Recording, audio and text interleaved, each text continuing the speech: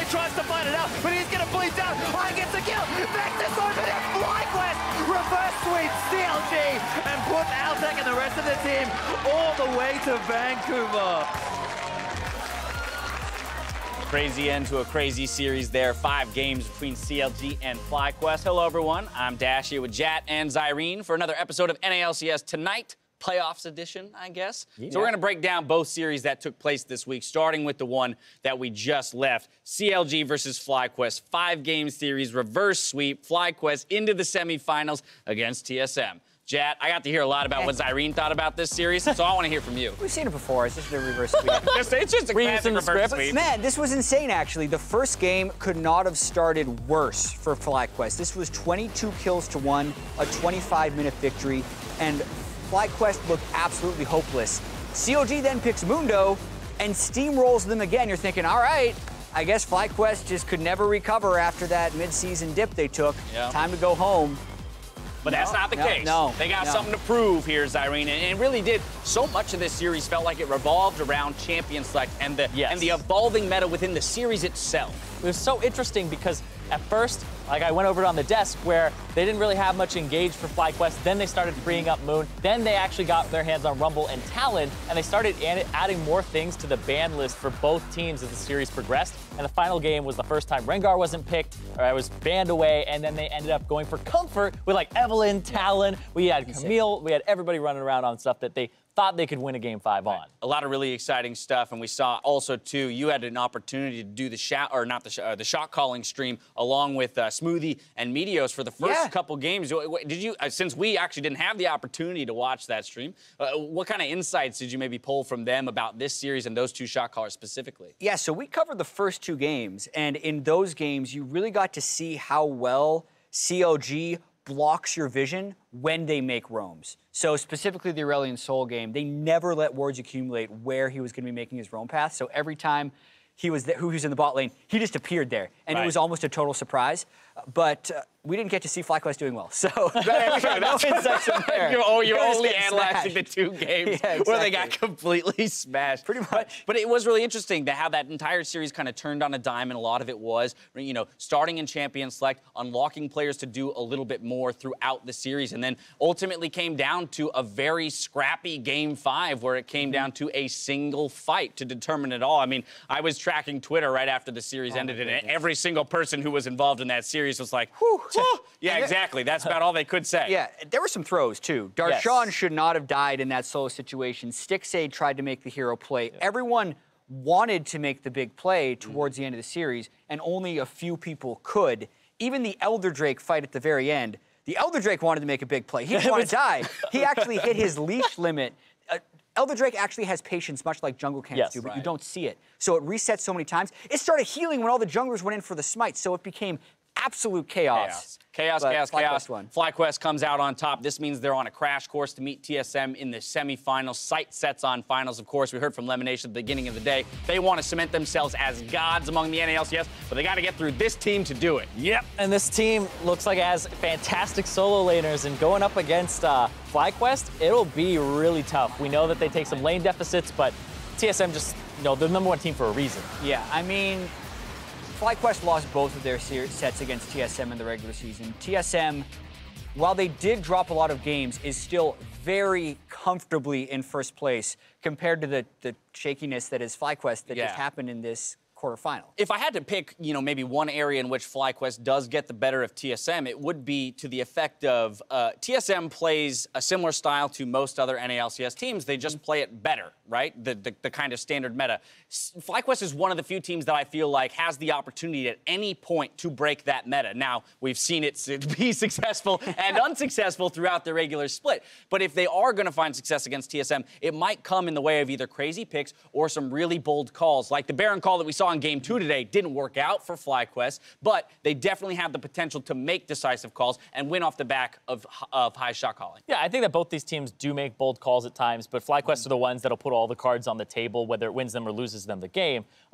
In terms of mismatches, though, I do think the jungle right now with Svenskerian's current performance, especially in Game 1s, and those are the ones I'm very critical of, it doesn't look very good. and is really kind of leaning on both Hanser and Bjergsen. If Sven can step it up and not be a liability up against Moon, who it's the craziest thing in the world that I'm saying this, up against Moon, then that could be a problem because Moon has taken over multiple games and even the series today. Yeah, Moon's been really good. He was my vote for second team All-NA-LCS jungler, and Sven Skjern actually didn't crack my top 3. So if there's a position where FlyQuest might actually have an edge based on Sven Skjern's current play, it would be in the jungle. We got a week to wait till we get there. I want to flip over to the other side of the bracket. Phoenix 1 shook off their 0-2 finish in week 9 of the regular season to take down Dignitas last night, and this was 3-0 fashion.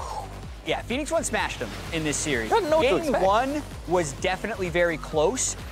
But Laud got an early lead, could not transition it. Ryu just continually snuck his way through the radar with his Stealth Syndra, apparently.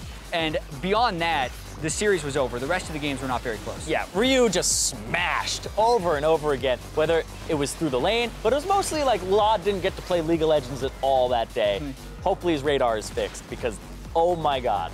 Now, I know we haven't made it to the end of the postseason, but it might be time to talk, or at least start talking about the imports for this year in the North American LCS. And a lot of people are looking at Phoenix 1 as being the team that really hit the lottery with both Ryu and Arrow coming in for this squad. Yeah, they've nailed it so far. Watching this Dignitas Phoenix 1 game as well was a little bit about following the imported players as far as where the lane strengths were going to be. But Ryu and Arrow clicked so well. And I think Ryu, having been in Europe for about 2 years, had been used to being in a foreign atmosphere, if that makes sense, since he'd already kind of done it. And I think that would have helped Arrow, not to mention, I know you know a little bit more about the infrastructure they've created for their Korean players within the house. Yeah, they got a translator. Fly, of course, is a Korean coach, but they definitely have a Korean coaching style. Inori even said like he didn't really think it was that great at first, and it was hard for him to get acclimated. They even boot camped in Korea, right? So this team was all kind of hell-bent on being a playoff team via bringing the imports in, making them comfortable, and making them feel like they're at home. Of course, there will still be some questions around the subs as we move through playoffs. Of course, they played Stunt yesterday, and Inori as well. He picked up the Ivern. He spoke to a little bit of the practice that he was doing in order to get prepared to be the starter for the team. But they, of course, still have the option to switch things up as we move forward through the playoffs. They're going to be going up against our number 2 seed in Cloud9. And I want to go right back down to the bottom lane, because as we were talking about Phoenix 1's weakness maybe, our area of attack being the supports in particular in that bot lane, but the duos as a whole, C9, Smoothie, Sneaky, top performers from this split as a duo.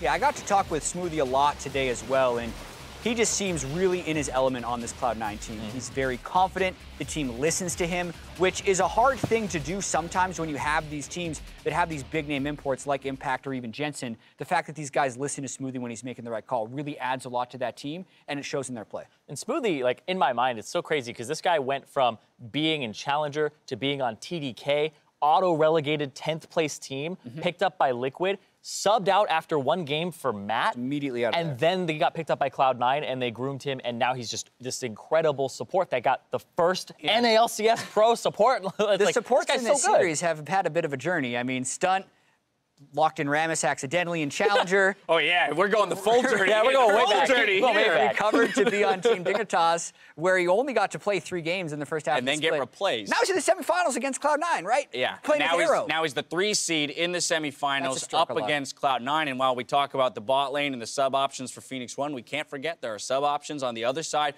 for Cloud9. We talked about the duos piece a little bit earlier, Impact and Ray, the relationship that they've built and what that affords them. But I'm even more interested in it because it's up against Zig. And we saw Zig already up against Someday, and watching him grow as a player, both in his versatility and flexibility, but also carry potential. I think it's going to be a really exciting matchup, whether he's against Impact or Ray. Yeah, well, when we saw him play against both of them, because they subbed him out in that week 9, 1 game for Impact, 1 game for Ray, he lost both times pretty hard. And there was a lot of jungle attention. I looked at like the jungle proximity for it. It was actually something like 30+% in that game, which is incredibly abnormal. Yeah, where that's they're very spending high. a ton of time. They're spending like 4 or 5 minutes around his lane in the first 15, which means that they are just destroying Zig and know that he doesn't get much attention. So if they're able to play through the top side and then destroy the bottom side like they did last time, where I think Smoothie was playing Malzahar and just destroyed Stunt, like that seemed to be the winning formula for C9. Camp top, and then, oh, hey, we're winning bottom. Can't always count on that, but they were able to win top both times, regardless of who they used. All right, well, that about covers the series that we've already seen and the ones that we're about to.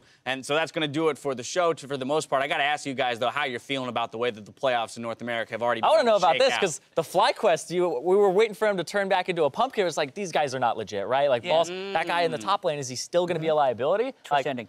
What'd you think of that? Yeah, it's a twist ending. So that's what's happened. Like, Jat will be forever unconvinced with FlyQuest. Yeah, this was not a convincing series. That's true. No, In all fairness, Exactly. absolutely. There was a lot of mistakes from COG. I think FlyQuest will be now reinvigorated with confidence, and we saw what the positive momentum did for them throughout the regular season. So there's definitely a chance they can use this next week and punch TSM in the mouth when they get into that game. But I think they are massive underdogs just because this wasn't convincing. Yeah, how they won. And I love that, because when you first think about FlyQuest coming in, everybody was like, nope, bottom of the standings. And then that actually made them good, because they felt like they had no pressure on them, because everybody expected them to be at the bottom. Right. So if they win, it's an upset. It's unexpected. That's exactly the spot they're in again, and that's when they were strongest. Yeah, they'll be coming into next week feeling good. But like I said, that's going to do it for the show tonight. So ladies and gentlemen, on behalf of myself, these two guys, and the whole broadcast team here at the North American LCS, thank you for watching, and we'll see you next week.